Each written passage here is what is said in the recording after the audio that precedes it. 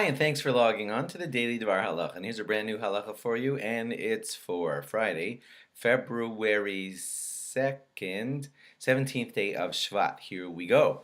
We're going to talk a little bit more about how we're not allowed to make personal requests on Shabbos, and yet you do see them in your davenings. Let's discuss them. Here would be a good example of where we don't make personal requests, and that is because usually our Shmona Esrei that we say every single day of the week, the weekdays, has 19 brachos, and many of the middle brachos are personal requests. We make none of those personal requests on Shabbos. All we do is in the middle of Shmona Esrei, in the sandwich part of Shmona Esrei, the middle, we just say a preamble to Mekadesh HaShabbos, He who sanctifies the Shabbos. And that's all we do in the Shmona Esrei. Why aren't we making the personal requests?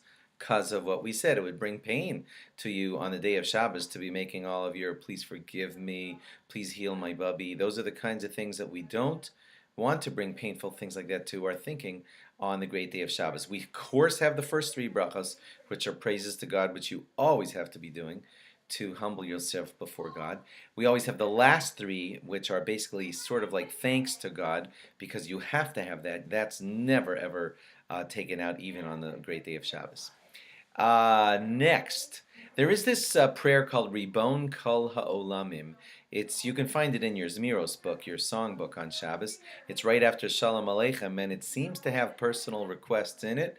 And the course here, our question is, why are we doing that one? I thought we don't make personal requests on Shabbos.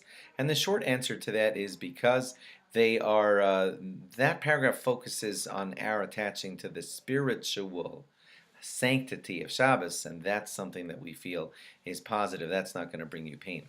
Berich Shemei, that thing that we say right before or as we're taking the Torah out of the ark, seems like a personal request, but that one is allowed because it's in a set nusach, and we did tell you the other day that when things are written in their own set way, without preambles and without people getting into their own thinkings and painfulnesses, but just saying spiritual and things that are written out by the rabbis say these words, those we tend to allow. By the way, just while we're on it, don't talk while the Torah is being taken out. That's called a great Eis Ratzon, a great time of Hashem accepting our prayers. Don't waste that by schmoozing during that time. Songs of Shabbos, there are songs of Shabbos that seem to have personal requests in them. If you look at the translation of some of our Zmiros on Shabbos, they seem to have personal requests, but that's allowed because in that singing format, it's considered a whole other thing, and it's not going to bring to sadness or pain.